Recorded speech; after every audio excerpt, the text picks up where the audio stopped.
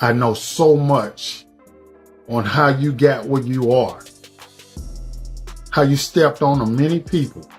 And it was pretty much said like, Jay doesn't really want awards. Well, he go to the Grammys. Right. He you know, come into the Black-owned spaces. Let's figure out how to work together so that way we have the relationship when it matters, not when it's convenient for you and your image. Because they all call us when the story is up that they don't like. Jason Lee has officially declared war on Beyonce.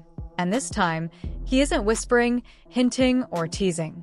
He's calling her out directly and accusing the Carters of launching a full-scale campaign to eliminate him from the industry. What started as backstage gossip has now erupted into a public confrontation, one that Lee says has cost him opportunities, connections, and safety. According to him, Jay-Z and Beyonce are trying to silence him permanently because he stumbled onto information powerful enough to damage one of the most carefully protected brands in modern entertainment. Lee claims he's been blacklisted from media outlets that once depended on him, cut off from platforms he helped build, and quietly surveilled by people acting on the Carters' orders. This time, he insists it's personal, and he's ready to expose everything. Jason Lee has always been dramatic, but this moment feels different. He isn't dangling gossip for clicks. He's naming names, describing specific events, and urging the public to connect the dots. In one of his recent live streams, he repeated a chilling phrase. "They're trying to destroy me. They're trying to ban me. And it's all on the orders of Jay-Z and Beyonce after I found dirt on them." Lee says he has evidence of backroom deals, hidden payoffs, and a pattern of intimidation that stretches back over 20 years. When he called Beyonce the main criminal among the gatekeepers of the industry, it wasn't just shock value. It was a warning. He said her polished image comes at a cost. Anyone who threatens her pristine reputation, whether journalists or former employees, is quietly erased through payouts, NDAs, or pressure campaigns. As wild as the accusations sound, it's hard to ignore how fiercely the entertainment world protects its royalty. The timing of Lee's accusations is even more explosive because Jay-Z has recently been named in a civil case involving an alleged assault at a 2000 afterparty with Sean Diddy Combs. Federal investigators are already combing through Diddy's alleged network of racketeering, trafficking, and coercion. Jay-Z's legal team called the claims blackmail, but the public is watching closely. Yet Lee insists Jay-Z's scandal isn't the real story. He argues Beyonce is the strategist, the one orchestrating moves behind the scenes while the world sees only glamour and artistry. In his telling, Jay-Z's legal problems are distractions. Beyonce is the puppet master. And for fans who have worshipped her for 2 decades, hearing her framed as an industry enforcer is shocking and disorienting. Lee says that behind the glow of halo and renaissance is a machine built on control, fear, and silence. But what exactly does he know? According to Lee, his information leads all the way back to the early 2000s, the era when Beyonce's solo career began rising and another young icon, Aaliyah, tragically died in a mysterious plane crash. Official reports say the plane was overloaded and the pilot unlicensed. But from the beginning, the public felt something was wrong. Witnesses reported that Aaliyah didn't want to board the plane. The pilot reportedly had substances in his system. And the entire situation felt rushed, pressured, and secretive. Even worse, Aaliyah had close ties to the same circle Beyonce would later enter: Jay-Z, Damon Dash, and Diddy. Aaliyah had dated Dash and was rumored to have caught Jay-Z's interest before that. At the time, whispers of rivalry and shifting power dynamics surrounded the group. Some insiders believed Aaliyah's rising fame threatened to overshadow Beyonce, who was just beginning to break out from Destiny's Child.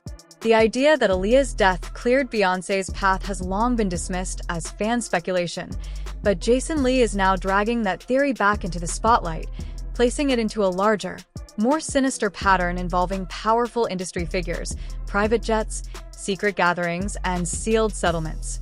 Lee claims Beyonce isn't just connected to that world, she commands it.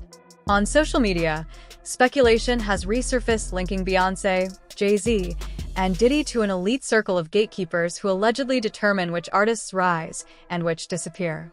Usually, that talk lives on the internet's edges. But with Jason Lee fueling it, these theories are now breaking into mainstream feeds. The legal timelines don't help. Jay-Z's name recently appeared in a civil filing alleging an assault involving a 13-year-old girl at a 2000 event. While his lawyers call the claims fabricated, the inclusion of his name alongside Diddy's reignited questions about what really happened during the wild Rockefeller era. Lee insists that every scandal tied to Jay-Z eventually leads back to Beyoncé's influence, the person who allegedly used fear, money, and connections to clean up anything that could damage their empire. Meanwhile, Aaliyah's story hangs in the air like a ghost. Investigations into her last hours revealed that she was uneasy about flying, had reportedly taken a pill and fallen asleep, and was carried onto the plane. The aircraft was dangerously overweight, and settlements after the crash were sealed. To Lee and others, the secrecy looks like protection, not procedure. Lee even hinted that new information about Aaliyah's final interactions with Jay-Z and Damon Dash could come out soon. He claims it exposes a pattern of elimination that began long before Beyoncé became untouchable. Those claims are extreme, but Lee says he doesn't care anymore. He's been cut off, locked out of events, and digitally sabotaged. Now he's using the contacts he once protected as ammunition. He says he has recordings, emails, and old contracts that prove how deep Beyoncé's control runs. And his narrative is strategic. He's connecting the dots between the lawsuits surrounding Diddy, the civil cases involving Jay-Z, and the strange tragedies orbiting their circle. Online, people have noticed. Old interviews, clips, and photos are resurfacing, fueling speculation. Through all this, Beyoncé's camp has remained silent. No statement. No denial. Nothing. And that silence only amplifies the chaos. Jason Lee is positioning himself as a whistleblower, the one person willing to name the queen. But with every claim he posts, something strange happens. Mentions of his name vanish from search results. His older interviews disappear from algorithm recommendations. People he once worked with stop responding. Anonymous messages warn him that his phone and accounts may be compromised. Supporters say it's a coordinated takedown. Critics say he's spiraling. Lee says the truth is finally catching up to the industry. He claims to have documents from former employees of a major management firm that once worked with Beyoncé. These papers allegedly describe internal payments and deliberate blockages of certain artists from major label deals, with Beyoncé listed as a final decision maker. If true, the story isn't about petty rivalry. It's about systemic control. Lee has promised to reveal everything during a public live stream. Whether he truly has the evidence or is bluffing remains unclear. But he's moving like a man who has nothing left to lose. Rumors suggest he's taken legal precautions to protect himself. The stakes are rising, because if his claims do intersect with the Diddy investigation, this could blow open an industry-wide ecosystem built on silence, influence, and money. Beyoncé, in Lee's telling, sits at the center of that ecosystem, not just a pop star, but the architect of a culture of control. Lawyers usually act first in situations like this, but so far there's no sign of a legal counterattack. That silence may be strategic, or it may signal that something much larger is happening behind the scenes. Lee says he'll expose everything: alleged influence over court cases, payoffs to media outlets, and even manipulation of entertainment-related jury pools. He claims Beyoncé's team holds ownership stakes in tech companies that quietly track her critics. If there's any truth to that, it opens a disturbing new chapter in celebrity power.